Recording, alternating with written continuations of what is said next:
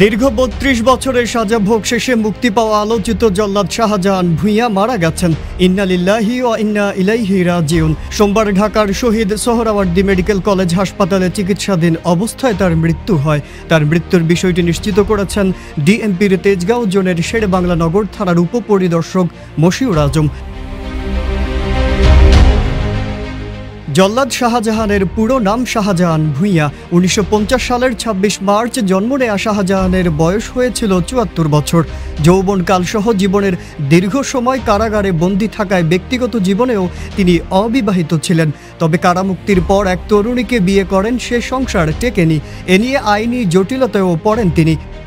5-স্টার rating প্রাপ্ত BLDC টেকনোলজির Walton super saver ceiling fan 65% পর্যন্ত বিদ্যুৎ বিল সাশ্রয় করে আপনাকে রাখে প্রশান্তিতে। ওয়ালটন ফ্যান হাওয়া বদলে দেয়।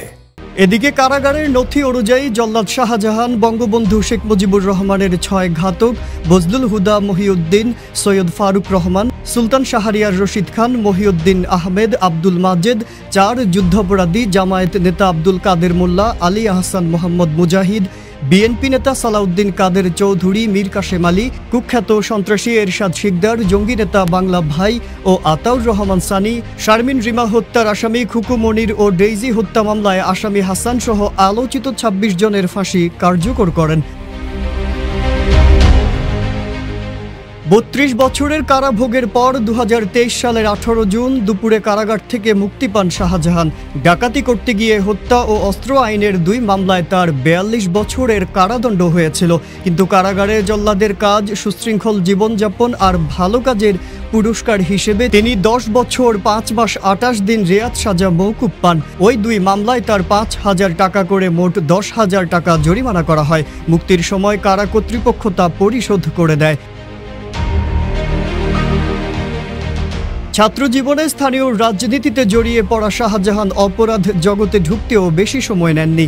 ডাকাতি ও খুনের মতো ভয়ঙ্কর সব অপরাধ করার পর ১৯৯১ সালের ১৭ ডিসেম্বর তিনি প্রথম গ্রেফতার হয়ে মানিকগঞ্জ জেলা কারাগারে আসেন।